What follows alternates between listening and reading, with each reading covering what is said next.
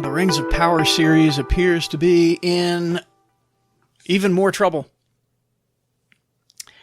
if at all possible.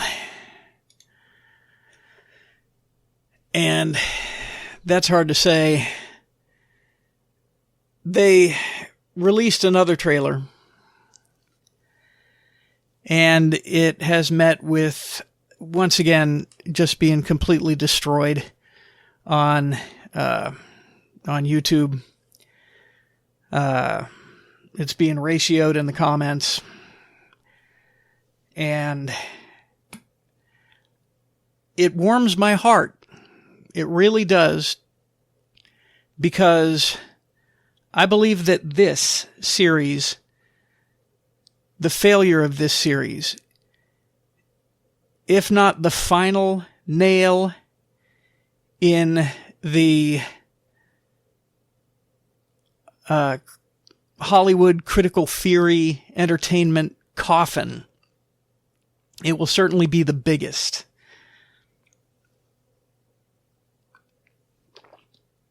Excuse me, folks.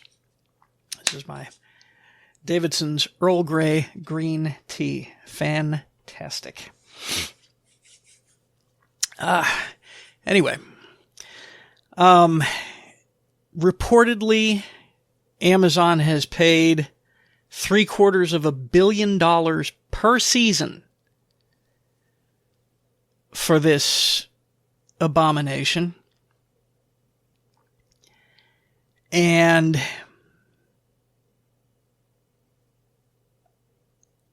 I think this is going to be the last one that they really try to push, at least the last one at this level. Marxists don't die out at all. They're like a virus. They're like a cancer. They can go into remission, but they will never disappear. And there's a reason they will never disappear, but I'm not going to get into that here. This series has nothing to do with Tolkien. Absolutely nothing to do with Tolkien. This is driven by intersectional feminism. It's driven by racism, bigotry of all kinds across the board, and all of which are Marxist-based in nature, based in Marxist critical theory. And it's going to fail. It's going to fail terribly. It's not even going to fail as bad as, say, Marvel or Star Wars. But it is going to fail. And the reason it's not going to fail as bad as Marvel or Star Wars is because you're dealing with differing degrees of fan passion and dedication. So with Marvel, there are actually very few real Marvel connoisseurs out there. And to explain this a little bit better, the contrast is between a connoisseur and an amateur. These are French words. Amateur is somebody who enjoys something, and then a connoisseur is somebody who knows something. So I myself am very, very much a comic book amateur. But you come across somebody, say, like Eric July, who has created his own comic book series in the Rippaverse, R-I-P-P-A verse. And this guy has forgotten more about comics than I will ever know or care to know.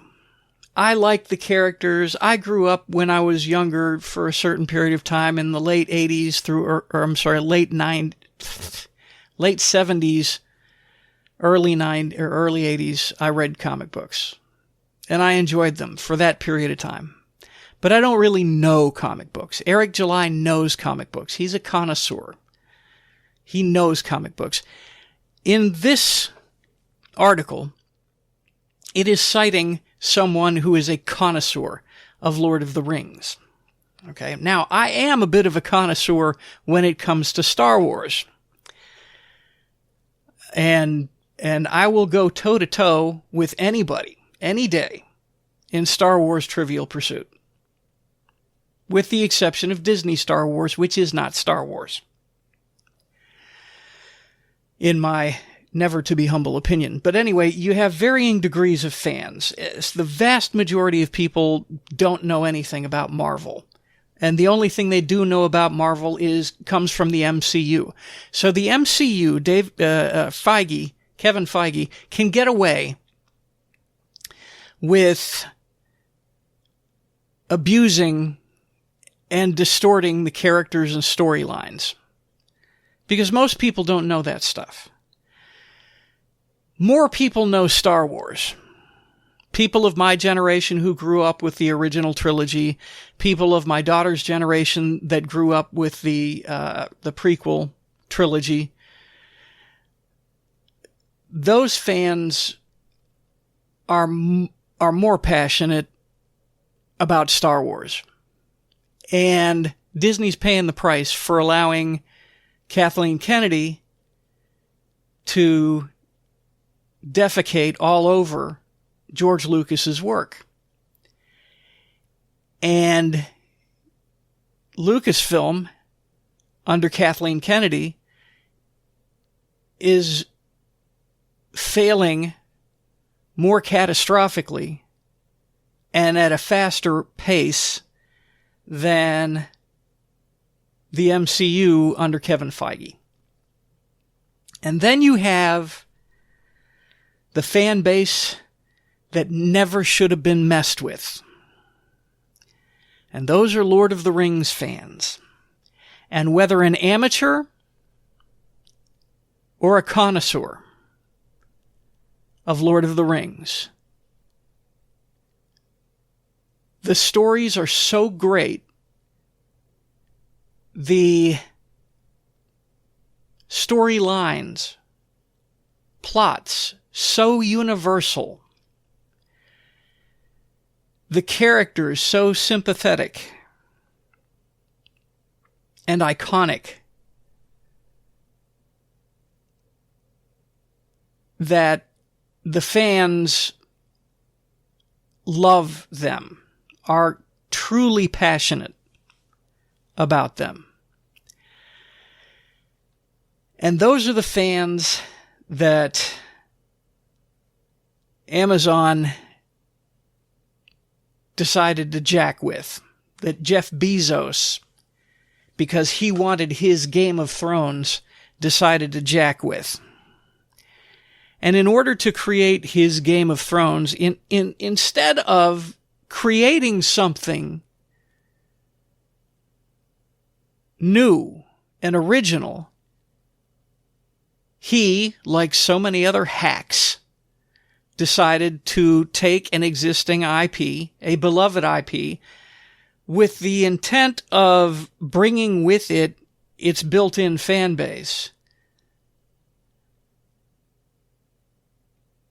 and then twisting it into something that doesn't even resemble remotely anything that the original author intended.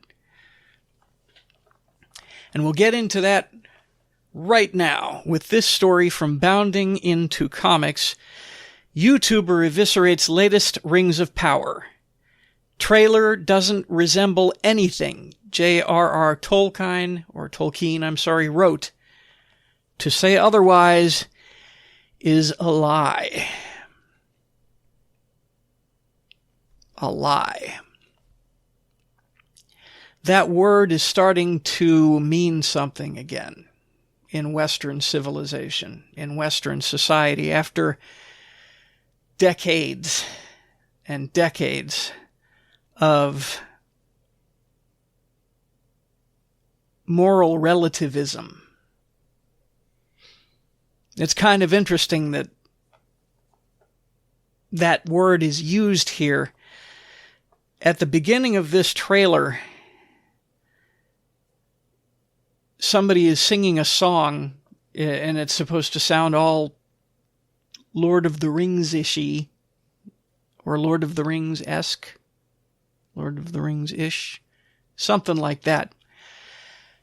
But, you know, that just ethereal, wispy, kind of elvishy kind of thing. And the lyrics of it are, speak your own truth, speak your own truth, speak your own truth.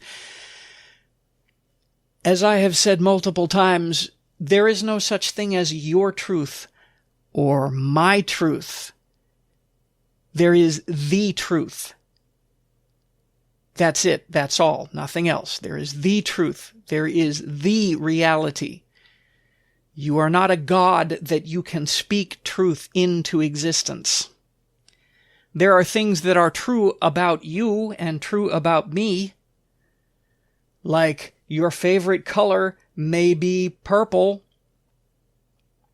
and your favorite football team may be the Cleveland Browns.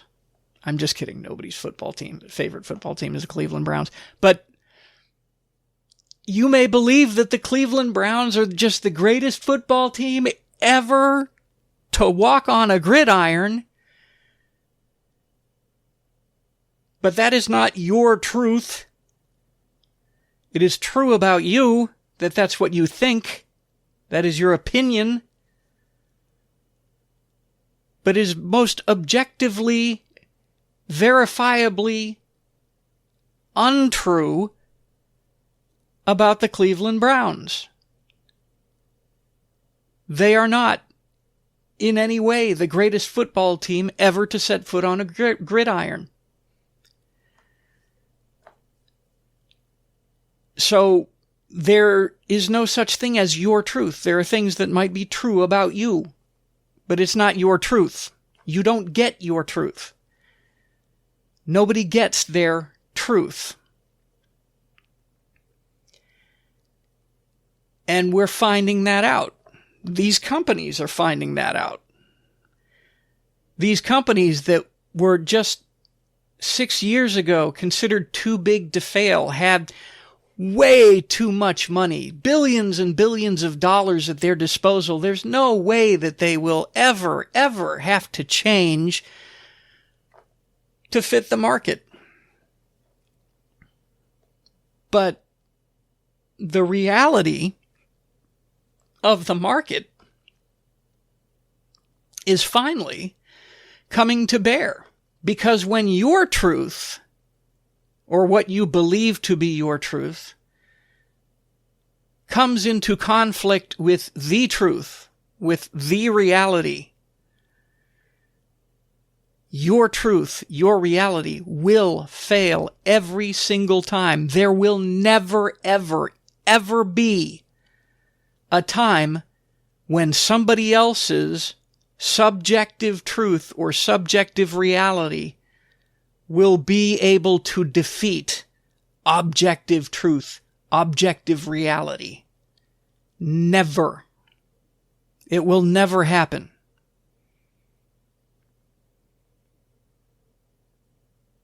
And in this particular case, the economic truth of the market is starting to have some serious negative consequences for these companies. Not Amazon yet. But after this comes out, yeah, probably. Very probably. Amazon is going to start to feel the pinch. Disney is starting to feel the pinch. The only reason that Disney hasn't started changing direction is because they're making so much money off of live sports. So ESPN Plus is making them enough money to where they can keep pushing their critical theory agendas in their entertainment. Their critical theory agendas and their agendas to sexually groom children for victimization. But that's not going to last very long. I've actually got a story on that, but I don't have it queued up right now. But anyway, Warner Brothers is starting to feel that pinch, and Warner Brothers is actually changing course based on its conflict with the market. Wisely so. Warner Brothers is going to probably come out largely unscathed because they are changing. Netflix is making changes to their lineup and getting rid of woke entertainment, which is a contradiction in terms. Woke propaganda. And Netflix will probably come out largely unscathed. Disney, not so much. And again, I've got a story on that, but I don't have it queued up. But let's get into this story, because at $750 million per season, with 3 seasons as I understand it, that's a lot of money. Too much money to fail. And fail, it absolutely will do. Because there are much more people passionate about the real Lord of the Rings than there are normies who don't know anything about it. We're talking about a series of books whose sales worldwide come in just under the Bible.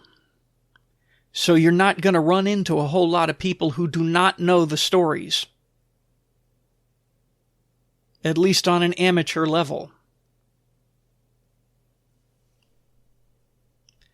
YouTuber The One Ring shared his reaction to the latest trailer for Prime Video's The Lord of the Rings, The Rings of Power, declaring that it doesn't resemble anything J.R.R. Tolkien wrote. In a video titled The Rings of Power is not, capital N-O-T, Tolkien's story, this trailer confirms it. YouTuber The One Ring took to task the latest and what some believe to be the final trailer for Prime Video's The Lord of the Rings, The Rings of Power. That's just an unwieldy title. Just call it The Ring. I think the only reason they make it that unwieldy, they have to throw The Lord of the Rings at the beginning of it, The Rings of Power, is because people would not recognize it as anything related to The Lord of the Rings if they didn't throw that on there. He begins the video stating, "This trailer shows us more of the characters and the world that Amazon has created in The Rings of Power, and none of it resembles what Tolkien wrote. And this trailer, it dives even harder into that reality.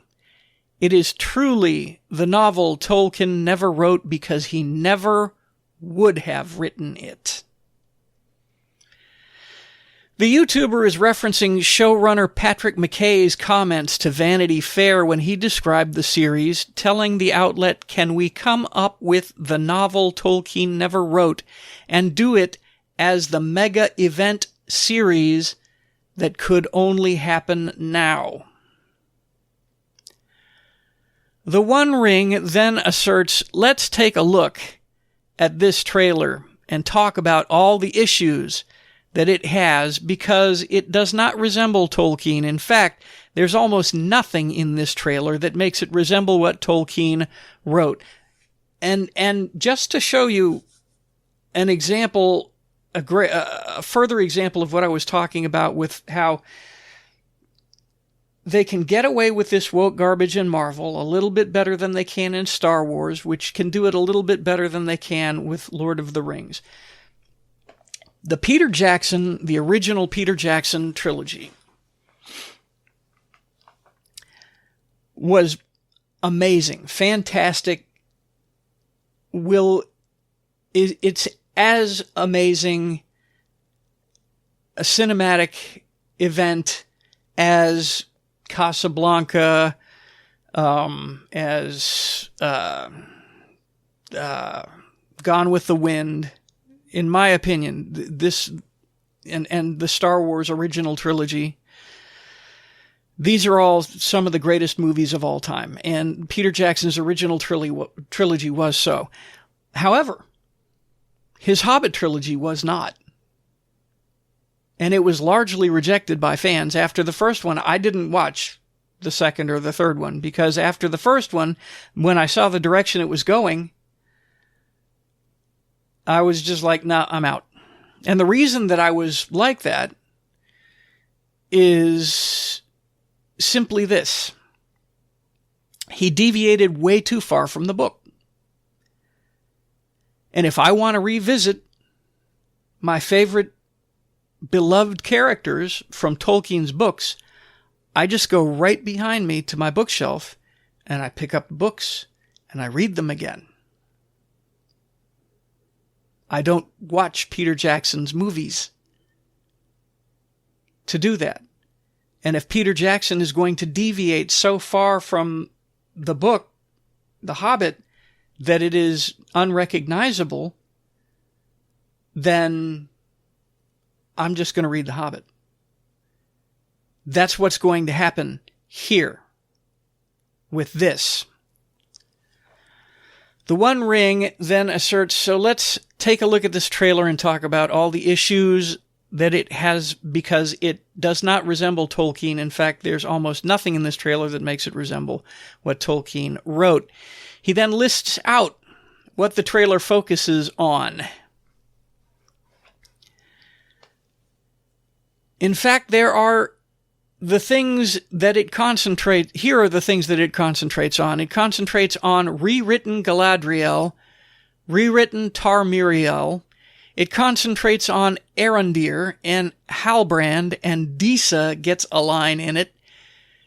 And then, of course, the Harfoots have a long 3-4 sentence monologue right there. It has Galadriel in Numenor, he continues. It has Elrond lecturing Galadriel, which would never happen. It concentrates on the Meteor Man.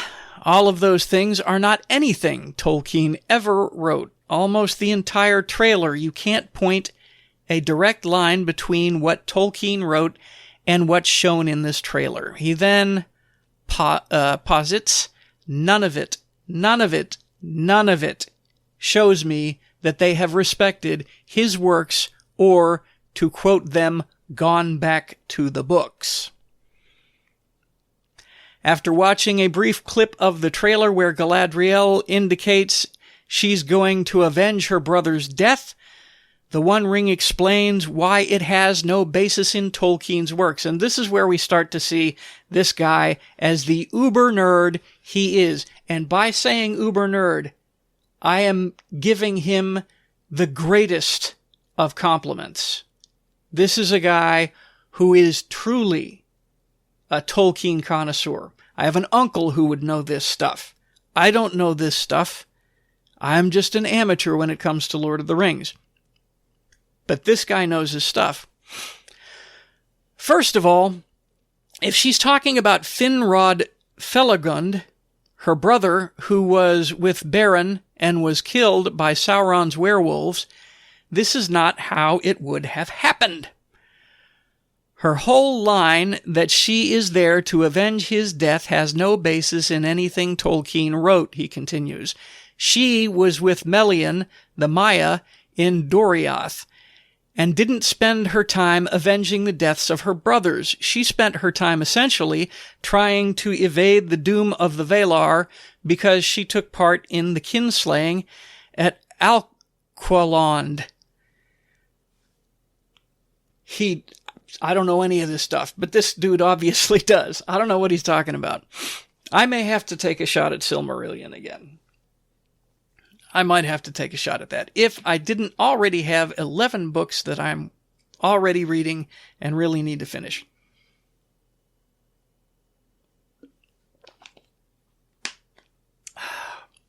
God, that's good tea. So for her to be in this role of Avenger is nothing. that can be pointed back to what Tolkien wrote. It's not there, he asserts. He then points to a line Morfydd Clark delivers as Galadriel when she says, "Not fate nor destiny, ours was the work of something greater." The One Ring notes, that makes her sound like Gandalf when Gandalf would speak of things happening with greater purpose, which is a call to the will of Ilúvatar, the god of Arda, the god of Ea, god of the whole universe, and how he wills, he works things to happen. She is running from the doom spoken over her, and for the longest time she could not face it until the Fellowship of the Ring, when Frodo offers her the ring, and she says, "I passed the test. I will diminish and go into the west and remain Galadriel," he continues. One of the best of many best scenes in that film series. Holy cow. See, this series is nothing more than a cheap counterfeit. A really cheap, now, not financially cheap, but obviously for the money that they invested in it, everything looks pretty crappy compared to Jackson's work. And I want you to notice, just look at this dude right here. We're going to take a little aside. Take a look at this guy right here. Look at him in this picture. All right. Now, look him in... Where are we here? Look at him here. Look at him in this picture. I don't know if that's the same guy, but look at that picture. All right? And tell me that they are not trying to make him look like Aragorn from Peter Jackson's movies. Tell me they are not completely ripping off that look from Peter Jackson's movies. This is a ripoff. It is a total ripoff. It is $1.5 billion ripoff. It's $1.5 billion. Just ridiculous. I wish they would have gone back and given us something to say, oh, look, this right here, this character, this point, this place, this meeting of characters, it is spoken directly by Tolkien. There's absolutely zero events like that in this trailer, he professes. There is nothing that is like, oh, this right here, this comes from from what Tolkien wrote, or from what Tolkien even said in his appendices. So for them to claim that they are using the appendices is a complete farce. There are no appendices that talk about these characters, that talk about what Galadriel said, that talk about Halbrand or Arondir or Disa or Harfoots in the Second Age. He reiterates, it's their hubris. It's their idea that they can write something as good as Tolkien, and that's true too. Not that they can write something as good as Tolkien, though. That they can write something better than Tolkien. Tolkien was a white, racist, Christian bigot, in their opinion. So in their opinion, they can write Middle-earth better than Tolkien can, to use their terminology with modern sensibilities. So they truly believe that this garbage that they are putting out is far superior to Tolkien's works. That part is bang on. And they're just using Middle-earth as this weird sketch pad that is completely not based in what Tolkien wrote, he states. Again, rightly so. Pointing to the trailer's focus on the Meteor Man, he speculates the character is one of the Istari, like Gandalf, Sauron, and Radagast, that were sent in the Third Age by the Valar to aid Middle-earth in their fight against Sauron. Given this presumed Istari is arriving in the Second Age, the One Ring says, they are creating a world that Tolkien didn't write, and for them to say that this guy right here, the Meteor Man, was there. It's either an Istari or something completely brand new, and we'll find out in a couple of weeks, but it's not there. There, speaking of Tolkien's works. Addressing potential critics, he then says, when other folks tell you that, like, wow, why are you upset about this? This is Tolkien, right? Isn't this great? We're seeing Middle-earth. No, this is not Tolkien. This is not what he wrote. These are characters that weren't there and shouldn't be there. There is a story that Tolkien told of the Second Age with Gil-galad and with Elrond and with Celebrimbor and with Celeborn and with Galadriel and Lorien and the Númenóreans and the Erendis and Aldarion and all these characters that he could have gone to, but they decided not to. And this is another point. They had stuff that they could work with. They had stuff from the Second Age that they could have worked with, but they didn't want to because it was what Tolkien wrote. And they don't want what Tolkien wrote because what Tolkien wrote, Tolkien was a Christian. And if they hate anything, it's Christians. Or more appropriately, they hate Christ. And they certainly hate his people. Again, this is something that they want to create. They think that they can do Middle-earth better. They are superior to what Tolkien wrote. They are superior intellects to Tolkien. They are more modern than Tolkien. And so what they write is better than Tolkien by definition. Because they are not fettered by his ancient belief system. Antiquated would be a better word. Antiquated belief system. This in their minds. They decided just lean into the one character they thought, warrior princess. We will make her the warrior princess, which Galadriel never was, by the way. No. And that's what we get with Galadriel, he says. Then he speaks on Tar-Miriel, and we don't only get it with Galadriel either, we get it with Tar-Miriel, the Queen Regent of Númenor, who was not the Queen Regent of Númenor.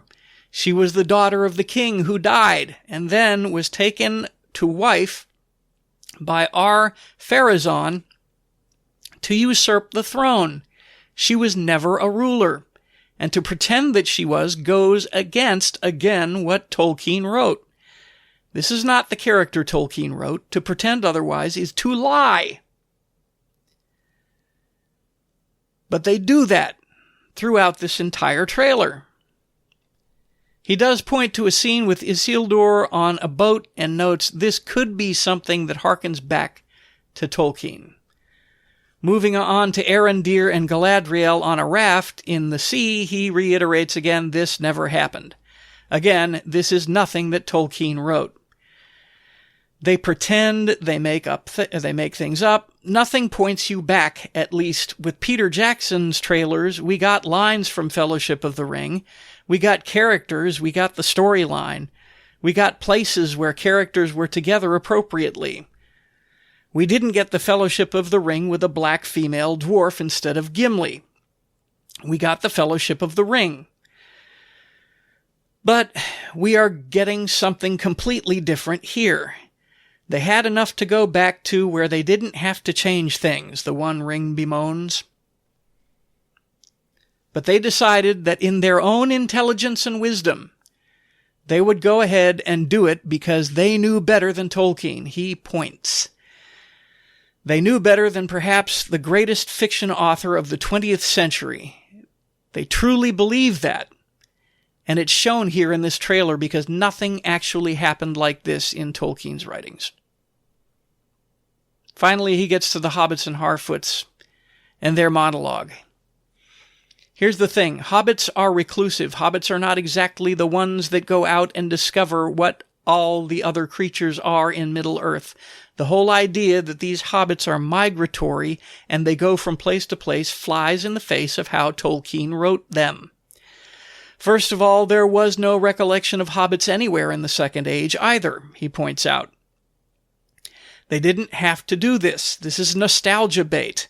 This is them pushing forward into what they think people want, not what Tolkien wrote. And I'll tell you what people want. People want what Tolkien wrote.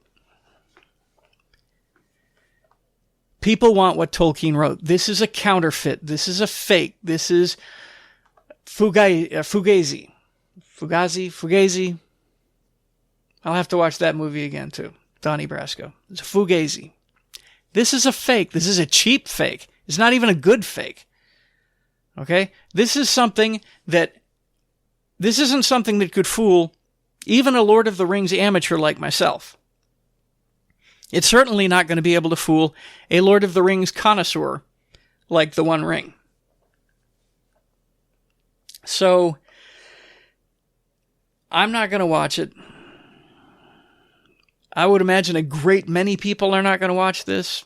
And I think that the normies, the few people that are not familiar with Tolkien's works who do watch this are not going to watch it for long. I just don't think the stories are going to be that good because it's just a rehash of the same old identity, politics, baloney sausage. Galadriel is the bestest ever. She knows better than anybody else. She is the greatest. All men are either incompetent boobs or evil. And all women are just the greatest things ever and the heroes of everything. And I can, again, don't know very much about this, not going to watch it, so you know, people can tell me later about it, but I will bet dollars to donuts. I will bet Bitcoin to boogers that they are going to create a totally new fellowship made up mostly of women and of Don Lemon, the elf, because he is an elf of color, and then the dwarf of color, Disa, is going to be in there. And I'm sure you're going to have a homosexual or trans character at some point. It'd be part of this fellowship. And they are going to go off and they are going to defeat the evil Lord Sauron. Trumpron. That's how bad this stuff is across the board. Be it this or any of the stuff that Marvel is putting out now, or any of the stuff that Star Wars put out since Disney bought the place. This is a cheap copy. It's going to go down as a cheap copy. And it's going to be over $1 billion albatross around Amazon's neck. And they're going to have to deal with it.